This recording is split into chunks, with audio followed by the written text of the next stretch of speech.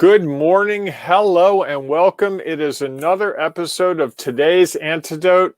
This is where you're probably expecting us to solve all your problems in like 15 minutes. Every single problem, and next thing you know, you're a bajillionaire. Not going to happen. Not the way we roll. Not here, not now. We're renegades. As renegades, we're trying to move towards our goals. We're trying to find the opportunities. And to do that, we're going to take one step. That's all we can achieve in one day is one step. It might be a big step, might be a small step, but it's going to be a calculated step. So what we're going to do in the next couple of minutes is talk about some issues that we find are consistent among entrepreneurs, business leaders, and others in the world of work. We're going to try to find a solution that might work for you. Apply it to your situation. That's one of the things I tell people. Take what we're doing here and apply it to your situation. There's probably one or two gems here that you can apply to your business. I'm Bob Graham. That's Tom Brush. And like I said, it's today's Antidote. Our topic today, we're going to take a viewer question from Peter Davis, who asked us, is consistency the same as a habit? And I will tell you, after we got off the air yesterday, Tom and I had a nice debate that involved a dictionary and some really heavy thought. We said, hey, why don't we bring this to the air today and talk through it? So, Tom, do you want to start things off? Consistency versus a habit. Same, different, don't care. Well, I think that it's different. I think one of the things we talked about yesterday, we looked at yesterday, was that habits, I think, are things you don't always know you're doing. You just kind of start doing them for one reason or another. And then they become hard to stop once you've built a habit. I think consistency is different because I think the habit is you're doing the same thing over and over and over and over and over again until you build up that muscle or that strength of this is what I'm going to do. If you're a basketball player and you want to be better at free throw shooting, you spend hours and hours shooting free throws until your muscles have that memory. I think consistency is different. I think it's trying to achieve a goal and being committed to taking the steps to achieve that goal, and that you're going to take them constantly to help you get there, knowing that the steps may change, that there might have to be different steps to move along that path. Okay, so Claire, can you make that real clear? I think the discussion is a good one. I'm trying to understand exactly what you said. So a habit is what? A habit, I think, are things that we sort of do that sometimes we don't even recognize that we do. For example, do you remember the golfer Sergio? Come on. You don't know. All right, Tom, you're not a golfer. I am a golfer, but that's not going to resonate with most of our audience. Give me like Here's something another we one. all know. Yeah. Have you ever watched someone stand up and give a talk? I have. Every other word they use like, or when they stumble, they go and they say, well, it's kind of like this, and like it's there's a lot of people who, especially young people, who stick in words like to sort of. You could have a whole career on that, Tom. You could that could be your whole mission. You could. Not interested. Okay, me either. I have enough challenges with some of my children to make sure that they at least identify it. Sometimes I think with a habit we do it and we don't even know we're doing it. Like if you ask them, I just did it. If you ask them, are they saying like all these times, they wouldn't even know it. And I think it just has become a part of their conversation and they don't realize it. And that to me, in my mind, is a habit. Consistency is something that you intentionally do to try to get something done. Does that make any more sense? A little bit. Let me give you the textbook definition because we looked it up yesterday, if you recall. I did. Consistency is certainty in operations of something for logic, accuracy, or fairness. So can you read that one more time? Conforming in operations. So doing something a certain way for logic, accuracy, or fairness. So I like the logic one. I think that's what applies here in terms of consistency, doing something that makes logical sense. If standing up at the traffic light in the busiest intersection of your community and waving your arms back and forth crazy and going, buy from me, buy from me, buy from me, gets you no business after about a month, probably while you were consistent, it didn't derive a result. Now, if you think of people who flip those signs at the traffic lights and do all that, they have great success. That's one of the best marketing tools out there these days. I don't understand why, but the consistency of that being there. And if you think about a restaurant, when a restaurant is open consistent hours, because in the last couple of months, we've seen restaurants, some are open, some are closed, some are seating inside, some are eating outside, some have carryout, some have curbside pickup. We don't have the certainty that we used to have. They're inconsistent, not their fault, but because of external influences. But in as much as what we can control, we create a habit that I think leads to consistency. I think habit takes us there. Yeah, I guess. I think one of the things I struggle with that is I go back to the definition of habit, and it's not intentional, right? Wasn't the definition of habit is that it's something that you're not doing intentionally. Whereas to me, when I think about consistency, it's something that I'm choosing to do. Like the person who's standing there waving their arms, if they're not getting the results, they need to do something different. They are trying to think of the how, not the why. Okay. Like a restaurant, why do they serve one of my favorites, upstate New York, chicken wings every Monday night? Because they know that it's something people like. They know that for part of the year, Monday nights are dead. There's nobody going. So by offering a consistent deal on Monday night, they know that there are always going to be people who are interested in that. Because what their goal was, how do we get people to show up on Monday nights when there's not football going on? Because Monday night is arguably one of the down nights for the restaurant industry.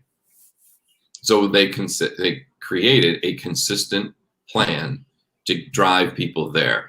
So it wasn't just about like, well, what should we do on Monday night? It wasn't about like, let's just always sell chicken wings, because we could do that on Friday night and Saturday night. It was about how do we drive people to where we're going on Monday. And I think that's the same within our businesses. How do we find ways to attract people if that's what we're trying to do? What is the goal?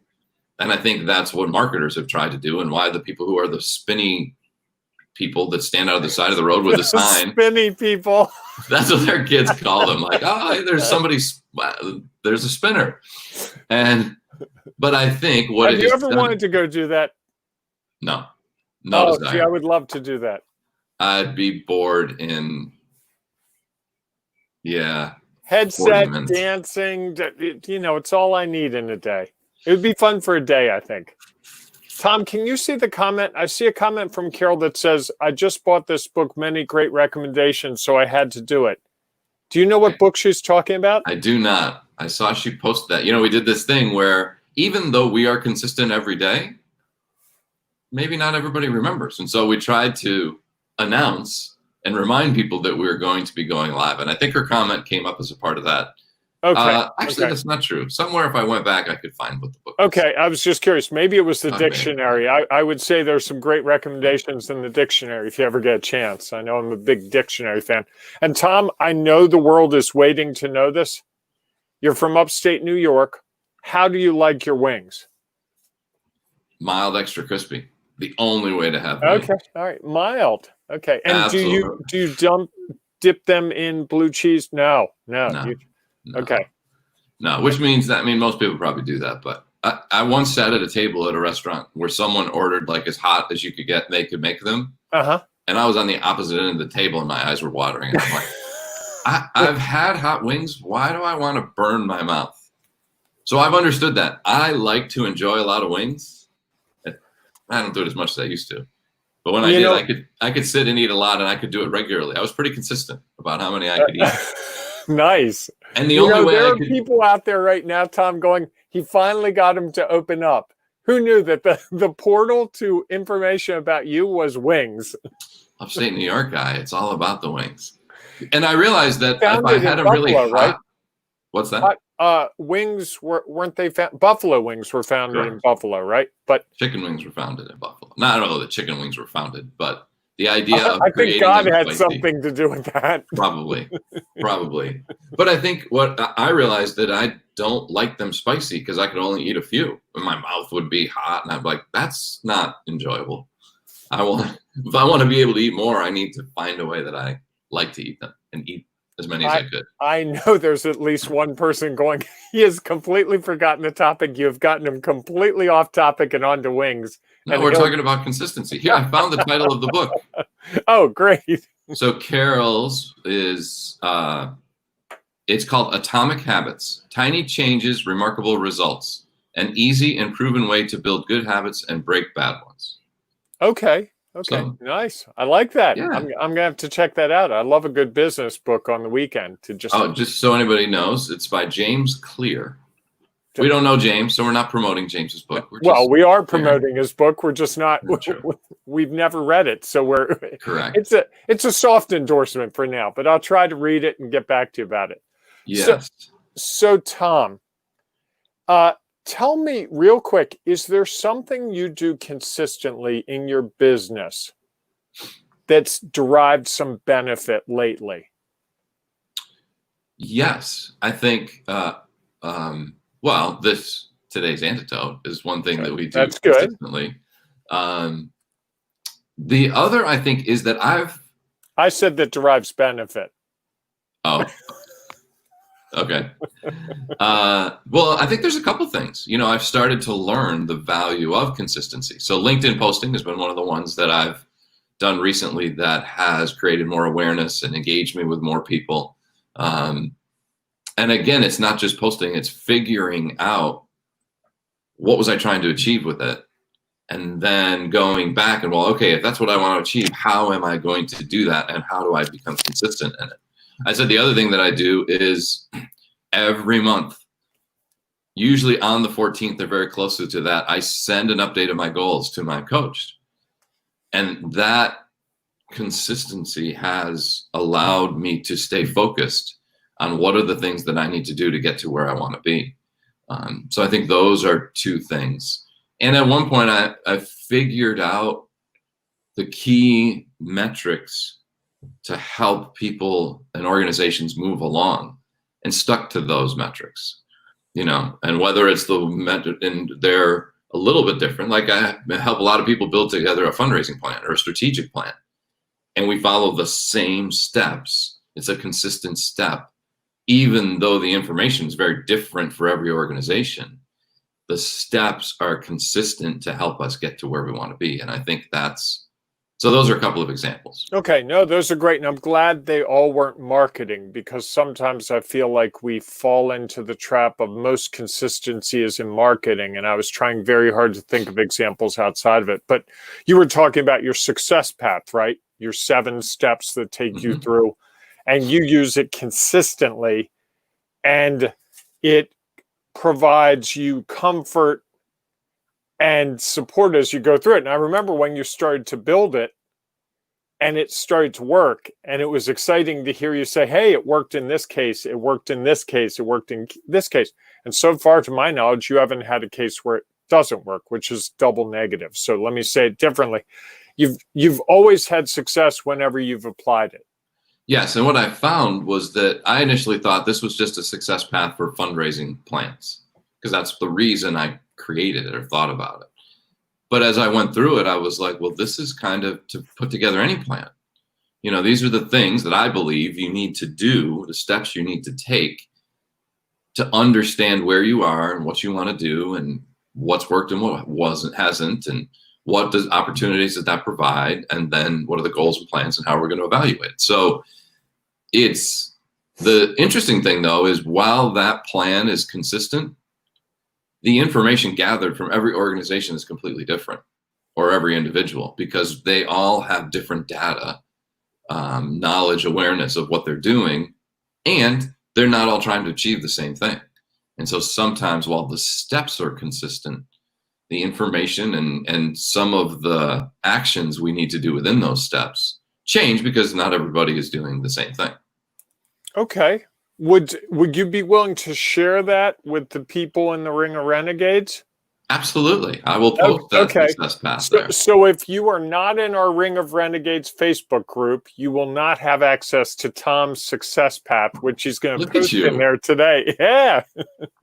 Every squirrel finds a nut. There you go.